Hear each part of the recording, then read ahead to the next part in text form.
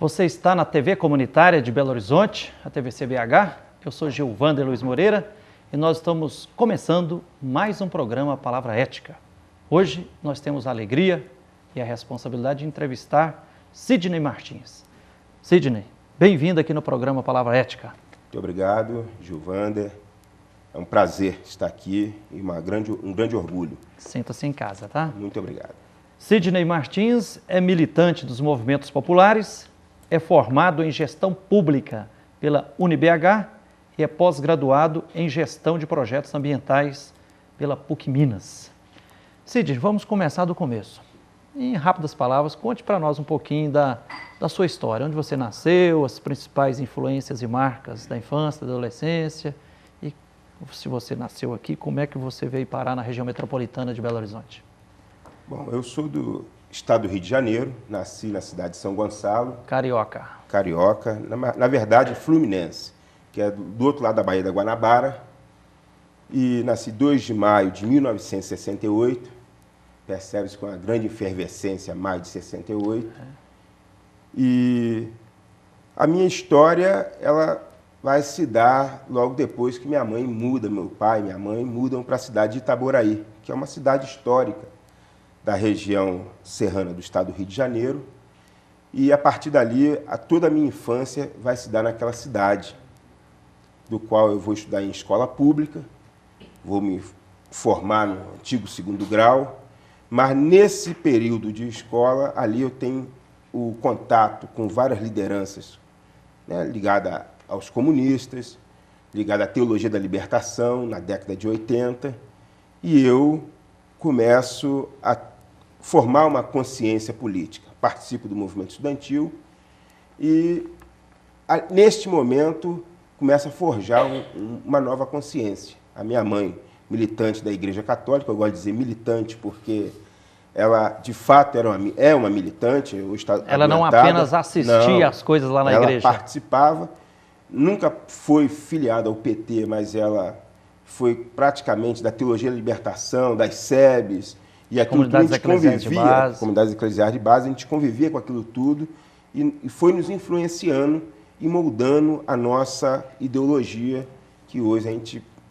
Você ainda tem mãe, pai? Ou não? O meu pai, ele já faleceu, né, já tem 4 anos, foi assim, um grande homem, né, catarinense, veio para o estado do Rio de Janeiro, foi mestre Arraiz, e meu pai era interessante, ele lia muito, era uma pessoa que gostava de ler muito. E a gente conversava muito, trocava muitas ideias, e ele sempre falava para os seus filhos, olha, vocês têm que ler, a única coisa que não vão roubar de vocês é o conhecimento. E numa das conversas ele falou, Sidney, numa ocasião, mestre Arraiz, eu comandava minhas embarcações, e tinha muitas pessoas que eram sindicalistas naquela época e que se escondiam nos meus barcos. Não sabia se era comunista, o que era, não me envolvia com política. Mas eu tinha uma coisa na minha cabeça. Não deixava que a polícia entrasse na minha embarcação para revistar ou para prender qualquer que fosse sindicalista ou qualquer pessoa. Primeiro porque aquela pessoa, eu tinha uma identidade com ela. Ela conquistava melhores salários para mim e para meus marinheiros. Então, como que eu poderia deixar alguém entrar para prender isso? Então aquilo foi moldando. E ele falava muito da União Soviética, né, que era um país diferente, vivia aquilo, as embarcações do Rio de Janeiro recebia a gente, era uma pessoa fantástica. Da mesma forma, minha mãe. Então, bastante influência do papai e da mamãe. Bastante influência. Irmãos e irmãs você tem também? Eu tenho 2 irmãs, uma enfermeira no estado do Rio, a outra, ela trabalha empregada doméstica, tem assim, um orgulho muito grande dessas 2 irmãs minhas, em particular da Deca. É uma pessoa fantástica, cuida da minha mãe hoje, cuidou muito do meu pai, e é tipo assim uma segunda mãe nossa, talvez, da nossa família. Que beleza. E meu irmão, né, que também lá do estado do Rio de Janeiro, servidor público, né, não vamos dizer que seria assim, uma pessoa de alta consciência, mas está lá, vive a vida dele, tranquilo.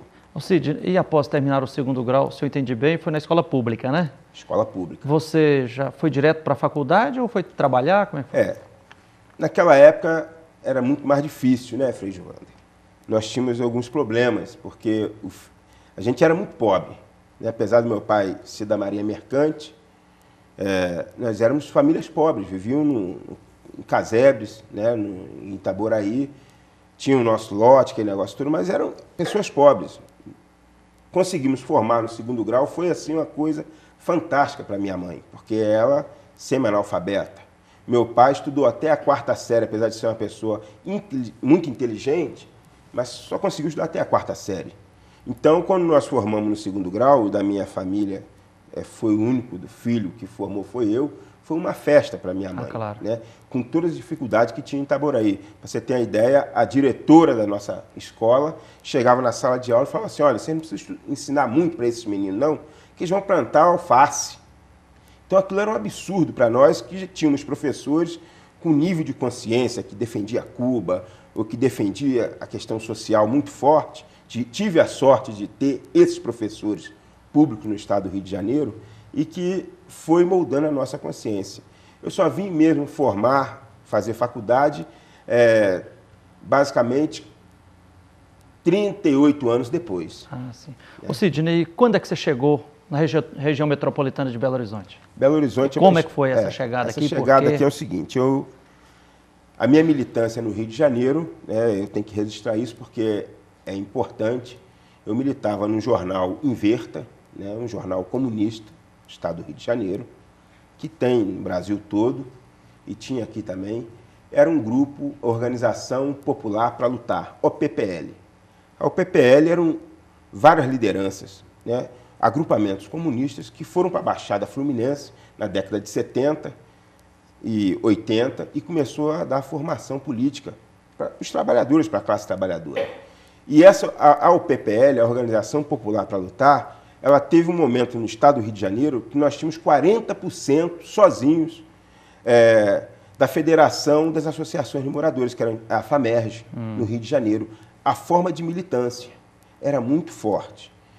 E em 1994, então a PPL nós tínhamos passado o nome, criado o jornal Inverta e passou a ser Movimento 5 de Julho, retratando a história dos 5 de julho, do Luiz Carlos Prestes, e tinha muita ocupação aqui em Belo Horizonte. E alguns companheiros nossos que veio do Rio, que vieram morar aqui e participavam dessas ocupações, encontravam muita dificuldade. E eu tinha um desejo de sair do Rio de Janeiro para conhecer outros lugares, para militar em outras áreas, e me ofereceu, você quer ir para Belo Horizonte? Na época eu vim pelo Inverta, vim para cá, fiz várias matérias e começamos a militar aqui no Movimento Sem Casa. Então, quer dizer, você foi atraído por ocupações do Sem Casa acontecendo aqui em Belo Horizonte? Atraído. 94? 94. E, coincidentemente, eu também cheguei em 94 também, em Belo Horizonte. Em junho de 94, ao pisar aqui nessa terra maravilhosa que eu tenho como também minha terra, Belo Horizonte, nós tínhamos aqui em Belo Horizonte 8 ocupações da região metropolitana em Belo Horizonte. E o pessoal da CUT, que naquela época a CUT tinha uma ação muito maior do que hoje. Hoje, infelizmente, muito a vigorosa, CUT está muito dentro dos escritórios, mas antigamente os seus quadros sindicalistas da CUT, eles tinham ação direta junto ao movimento social. Sim. Atuavam. O sindicato dos bancários foi um baluarte. Aquilo ali brigava muito mais, né? Abria espaço para os movimentos populares poderem estar atuando. A primeira vez que eu cheguei aqui, fomos até Ribeirão das Neves. Primeira vez que eu fui em Ribeirão das Neves, em junho de 1994. Tinha uma grande ocupação lá, que tinha 2 semanas que tinha acontecido lá, 1.200 famílias, uma coisa enorme na fazenda Mizonguê, na divisa... Então o terreno era grande. O terreno não, a fazenda, na divisa com o bairro Maria Helena, E essa grande fazenda, 1.200 famílias, chegando aqui, o pessoal falou, vamos lá, Cid, vamos conhecer, você faz uma matéria, manda para o jornal no Rio. Ao chegar lá, a primeira prisão que eu tive aqui em Belo Horizonte, foi em Ribeirão das Neves. Você foi detido? Fui detido porque no primeiro discurso que eu fui fazer, chiava muito mais do que eu chio hoje. A polícia falou, não, aí não dá, carioca aqui, vem para cá fazer, tem que prender. Aqui não vai fazer baderna nem bagunça aqui. Fui detido, aí os advogados da CUT interviram, logo me soltaram, mas foi o primeiro ato, e a primeira vez que eu pisei em Ribeirão das Neves, no primeiro dia fui preso. E, por coincidência, logo depois eu fui morar em Ribeirão das Neves. E você mora em Ribeirão das Neves desde essa época? Eu fui morar em Ribeirão das Neves em 1995, um ano depois.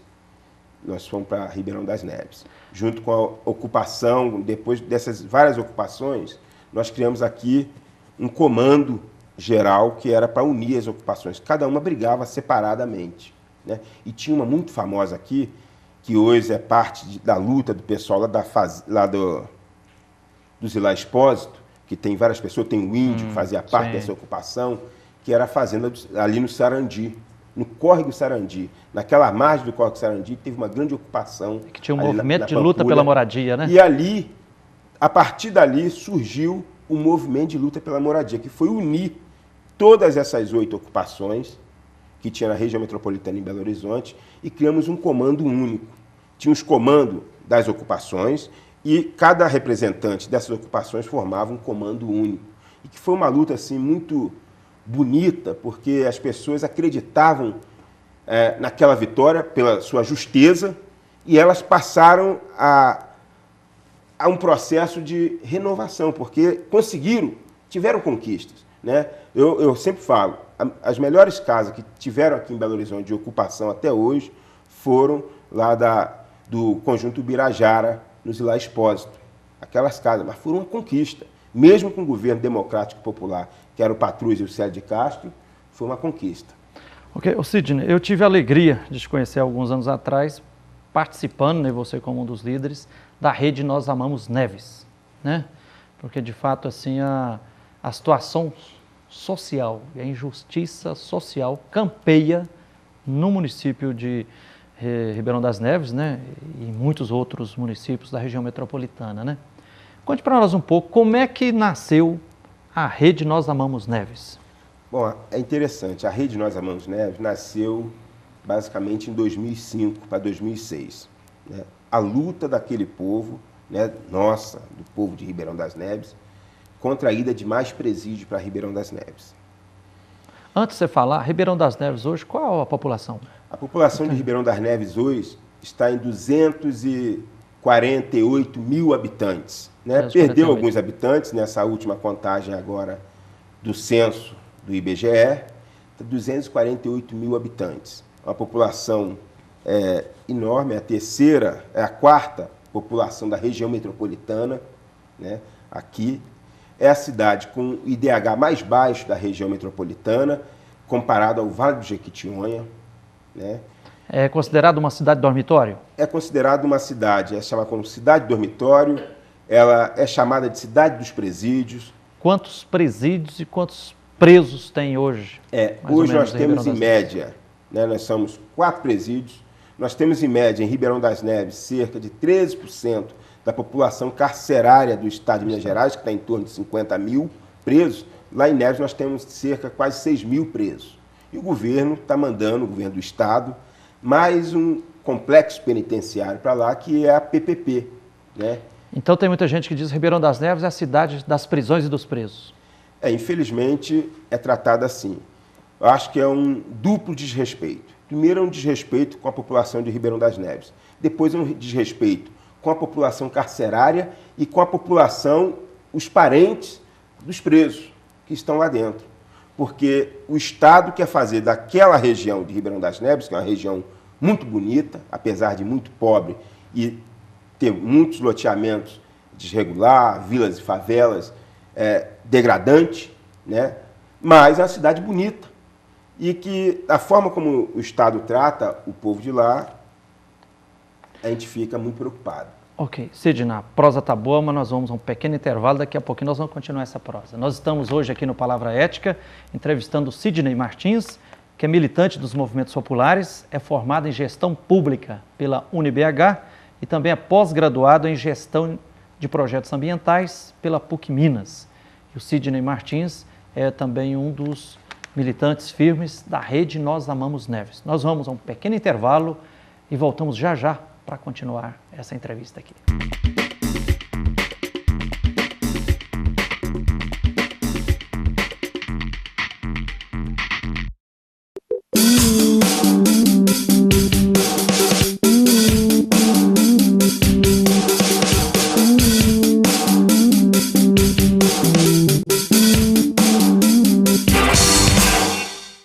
Socorro, não estou sentindo nada.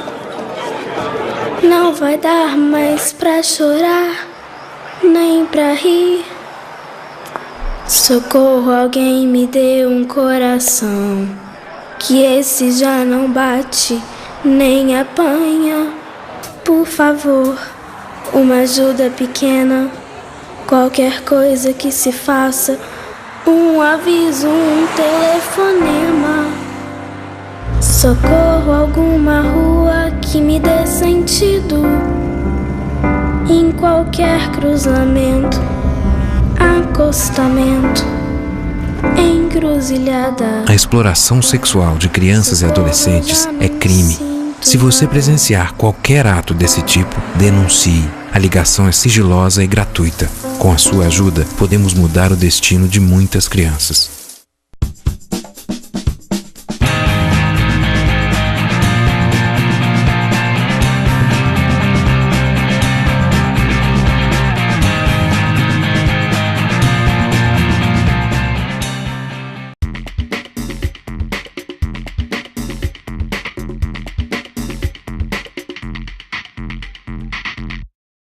Olá, você está na TV Comunitária de Belo Horizonte? Eu sou Gilvander Luiz Moreira e nós estamos começando o segundo bloco do programa Palavra Ética. Hoje nós estamos entrevistando Sidney Martins. Sidney Martins é militante dos movimentos populares, é formado em gestão pública pela UniBH, é pós-graduado em gestão de projetos ambientais pela PUC Minas e é uma das lideranças da rede Nós Amamos Neves, que defende os direitos sociais do povo da cidade querida aqui de Ribeirão das Neves, na região metropolitana de Belo Horizonte. Sidney, no final do primeiro bloco, você estava começando a dizer que, apesar de Ribeirão das Neves já ter cerca de 13% dos presos do estado de Minas Gerais, em 4 prisões lá superlotadas, né? São 5 mil presos, mais ou menos? Qual o número? Quase 6 mil presos. Quase 6 mil presos. 5.400 e pouco, quase 6 mil. E você estava começando a dizer que o governo estadual está insistindo agora com um projeto PPP, né, de estar fazendo mais um presídio lá em Ribeirão das Neves, grande e com uma especificidade que dessa vez numa parceria público-privada, né? Em rápidas linhas, apresente para nós qual é as vantagens e desvantagens, como é que a rede Nós Amamos Neves encara esse projeto do governo estadual de um presídio privado lá em Ribeirão das Neves. Primeiro, eu não vejo nenhuma vantagem. Para começar. Parceria público-privada. Em que consiste? Antes de você criticar, qual que é o projeto? O que eles... O projeto que o governo do estado apresentou, né, tem apresentado para a sociedade, está no seu site, é construir um presídio, que vão ser 3 complexos penitenciários, para 3.040 presos. Né? Parceria público-privada. São empresas de São Paulo e 2 do Paraná, que formaram os gestores prisionais. Esses gestores prisionais, eles vão gerir todo o processo, eles que vão cuidar dos presos, eles que vão, segundo eles... E vão receber quanto? Vão receber em torno de R$ 2.038 por cada preso. Por mês? Por mês, por cada preso. É o que eles falam. Bom, dizem que é uma parceria público-privada. Essas empresas, elas estão pedindo dinheiro ao Estado brasileiro, ao BNDES, para construir um presídio. Olha, se é parceria público-privada, como que você vai num banco que deveria ser fomentador de coisas de interesse para o povo brasileiro para construir presídio? São empresas grandes, médias ou pequenas? Como é que E essa é outra incógnita para nós. Por quê? Quando nós fomos discutir a licitação dela, tivemos até no Copan, e essa licitação... Que é o Conselho de Política Ambiental, o Conselho de né? Política Ambiental do que é Estado de Minas responsável Gerais, por dar ou não a licença ambiental. Justamente. Né? A licença ambiental ela foi dada assim à revelia da discussão com a população de Ribeirão das Neves, que se mobilizou contra isso. Quando foi dar esse conselho, toda a documentação diz que a empresa ela tem um capital de R$6 mil. Como que uma empresa, esse conjunto de empresas tem um capital de R$6 mil e vai construir um complexo de 158 milhões de reais? Nós ficamos muito preocupados. O que realmente está por trás disso? Mas eu acho que o pior de tudo é você tratar o preso como mercadoria, Frei. Gilvander, é um absurdo.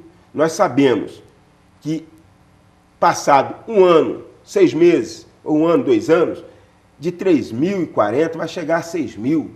Essa é a história que o governo fez com os outros presídios que nós temos em Ribeirão das Neves, todos eles superlotados. Tratam os presos como se fossem animais, tortura, tem várias denúncias.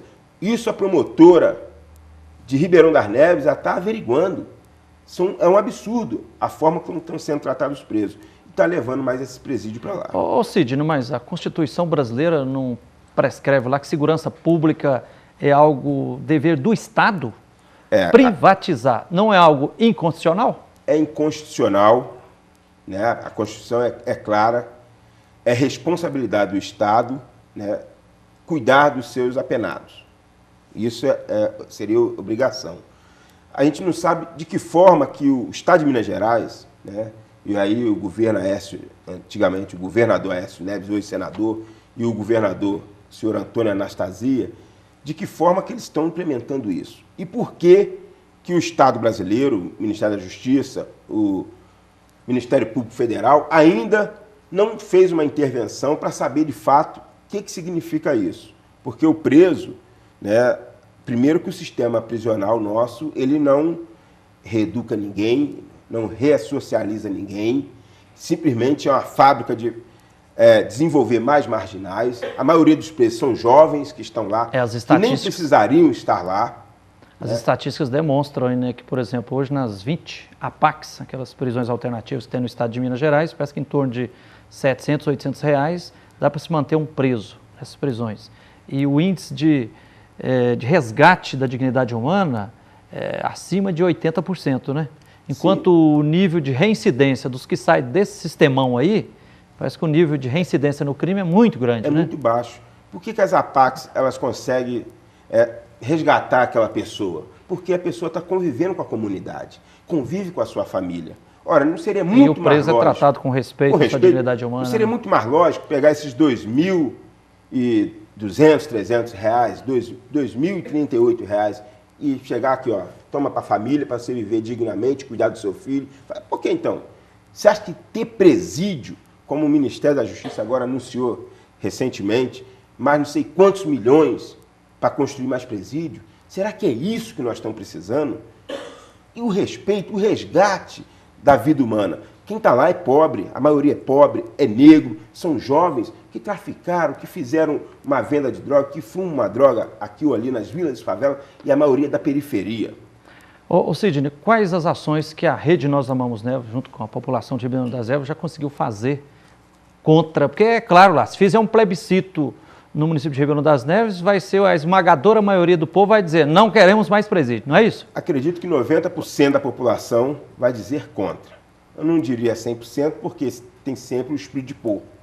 E o espírito de porco deve estar ganhando alguma coisa para que tenha presídio lá. Tem sempre alguém que está ganhando alguma coisa. Quais as ações que já conseguiram fazer? Da Rede Nós Amamos Neves. Nós entramos na Justiça, né, com ação no Ministério Público. Hoje nós temos uma pilha de quase 1,20 m juntado de papel. Os caras têm que trazer no carrinho quando a gente vai lá conversar no Ministério Público, na Procuradoria. Isso do processo. De processo. E toda vez que o processo chega a um desembargador, o desembargador manda voltar para a promotoria. Fala, não, está atrapalhando o governo do Estado.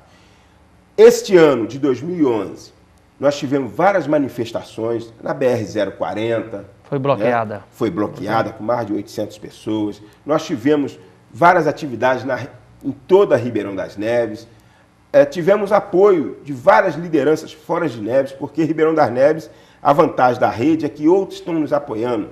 O pessoal de Dandara nos apoiou, nós ficamos muito orgulhosos, porque é um grupo organizado, o pessoal das brigadas nos apoiaram. As brigadas populares. As brigadas populares, o pessoal ligado aos sindicatos, vários deputados contrários a essa posição, porque na maioria da Assembleia hoje, a maioria que está lá, os deputados, apoia o que o governo do Estado fala, estão baixando a cabeça. Não existe um Estado democrático de direito. Você não pode dizer o que você pensa, nem o que você quer. Né?